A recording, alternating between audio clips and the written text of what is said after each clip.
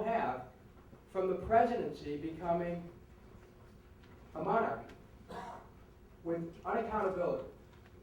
So that's why I've insisted that we have to move forward. And so the people now have to move forward with that intention. And it's not about Dick Cheney. It's, yes, he needs to be held accountable, no question about it. Mr. Bush needs to be held accountable, no doubt about it. It's about the Constitution. It's about our Constitution.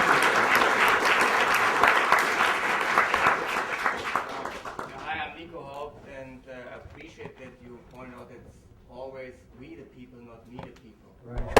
We know that you're a multiple supporter of a reinvestigation of 9/11. I am. However, I appeal now to your courage to extend this debate, including the evidence on 9/11 TV fakery and the strong evidence on that the towers came down with additionally unconventional weaponry, which leads me to the next point, that I think that the public get fooled by media because we're participating in 9/11, plus also Iran is already a smokescreen, and the real big deal is Star Wars. It is back in the news.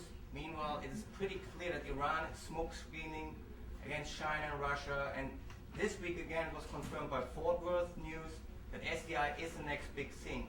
And that ties the only evidence which is oppressed by media, the direct entry weapon which is tied into SDI, and the TV fakery.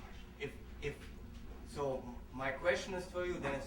I know it will be censored anyway by the media, but is there any chance that you can, separately to your diplomatic support of 9/11 investigation, see a chance to appeal to the public to watch out for the evidence of 9/11 TV fakery and the direct entry weapons do exist also as part of SDI and support it in any kind of democracy? And I'll give you here a flyer of the best documentary so far, September Clues, 9/11 Taboo. Thank you very much. 9 Holocaust and so on. Thank you, gentlemen. I really just thank you for the question.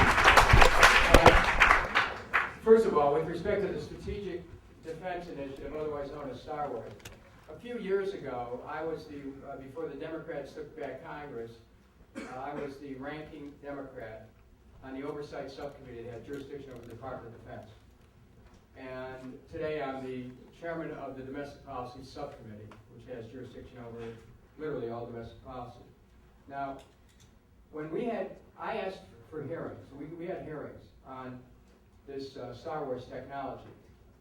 And it was really interesting because the general who came in to the committee, and I do not know how this person was able to stand erect because he had so many ribbons and medals. Really. I mean, it was very impressive, it really was. And so he stood at the, he sat down at the table, and they dimmed the lights. This was a hearing, that I asked for, but the Republican counterpart had to agree to it. He dimmed the lights, and you saw this screen where we were showing a movie. And here was a movie. A missile launched. And all of a sudden, an interceptor missile.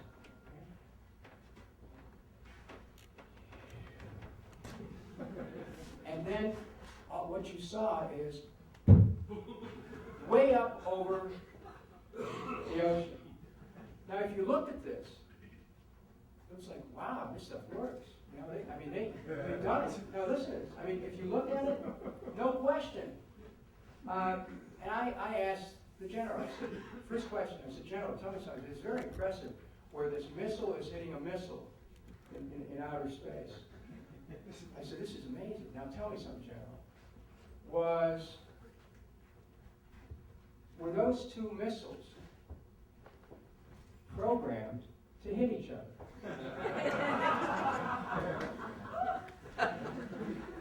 And General sat there like this, looking down at his hands.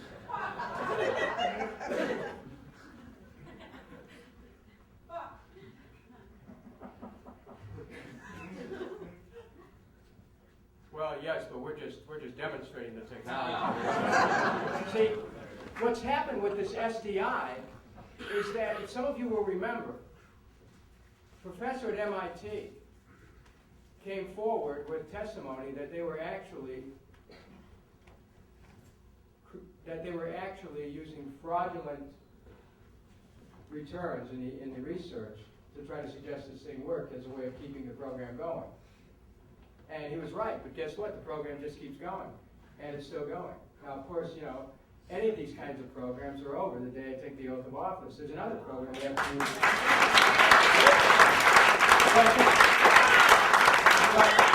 Now, check this out. This is just the beginning. Listen to this one now. Hold on, listen to this one. There's another program, the SDI.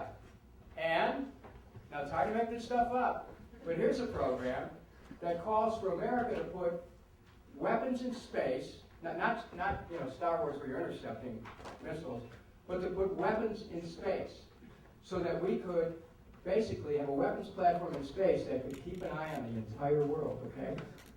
This program, by the way, is called Vision 2020. You'd think that was the American, you know, Optometrist Association, but no. This is a plan to rule the world. You know, for those of you who've ever seen the movie Dr. Strangelove, the B movie is running again as our government. And so what we have to do is stop this madness, because it's reflective of the kind of dichotomized thinking that went into the construction of the atomic bomb. The splitting of the atom really presaged the split thinking of us versus them, of white versus black.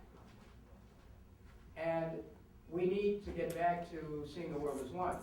So, thank you for calling that to my attention. Postscript, yes, I have said that when taking office, I intend to see the investigation of 9/11 reopened, not because, by the way, not because I know definitively that everything in the report that was issued was wrong, but there is a great deal of mistrust of everything that's happened during this government, and in order to help heal this country, we need to review that investigation and clear the air. Got it. Thank you. Thank you. Question on the media now. Go ahead. I think there's far more to Nico's comment, but I want to put two. There is. We could spend the whole evening. I want to put two very bright notes forward. One is in honor of the birthday boy today. There was a patent in Mansfield, Ohio in 1871 that takes energy from the vacuum. And I'm in correspondence with a man in England who's got a PhD from Cambridge. And these people cannot get peer reviewed. Now, that's one bright point. The other bright point is there's binary economics. And binary economics says that at the time of our Constitution, 10% of our wealth came from non-labor. Today, 90% of our wealth comes from non-labor, and yet the unions are talking about distributing wealth only through labor. This is Kelso. There's a man named Robert Ashford. Again, in the field of economics, these people cannot be peer reviewed. We have the horror that Nico was talking about. If you go into it deeper, the flip side of it is we have technology that liberates. Okay, you know, first of all, I would, I think all of us are aware of stories of how throughout America's history, interest groups have intervened to try to subvert the development of new technologies that would have undermined their economic position. You know, we've heard about that forever. I mean, it's not a new phenomenon. And so as President of the United States, I would certainly open the door to looking at all the possibilities, particularly in terms of environmental progress. Here's one of the ideas I have, and it is to create what I call a works green administration with a tribute to Franklin Roosevelt and the WPA. This is a WGA, where the government would create millions of jobs, manufacturing, wind and solar, microtechnologies, installing them in homes and businesses. That's another job there, the installation of homes and businesses, and maintaining them. This would dramatically lower our carbon footprint, save people enormous amounts of money on their energy. See, there are off-the-shelf technologies we can use right now in that. That's just the beginning, though, because we have to remember that technological progression can succeed, and it can be technologies for peace, but only if there's no force that the government used to try to stop, use its power to try to stop entry in the marketplace. Let's face it, if we're giving subsidies to oil, coal, and nuclear, that is adverse to bringing these new technologies forward. I'm looking towards a carbon-free and a nuclear-free America down the road. And I thank you for this because I am interested in all new technologies. Marcus Brandon, yes, sir. Hey, I got a treat for you. We got Cindy Sheehan on the line. Hello, Cindy. Go ahead. Okay, well, when she comes on the line, we'll come back and go to Cindy Sheehan. Yes.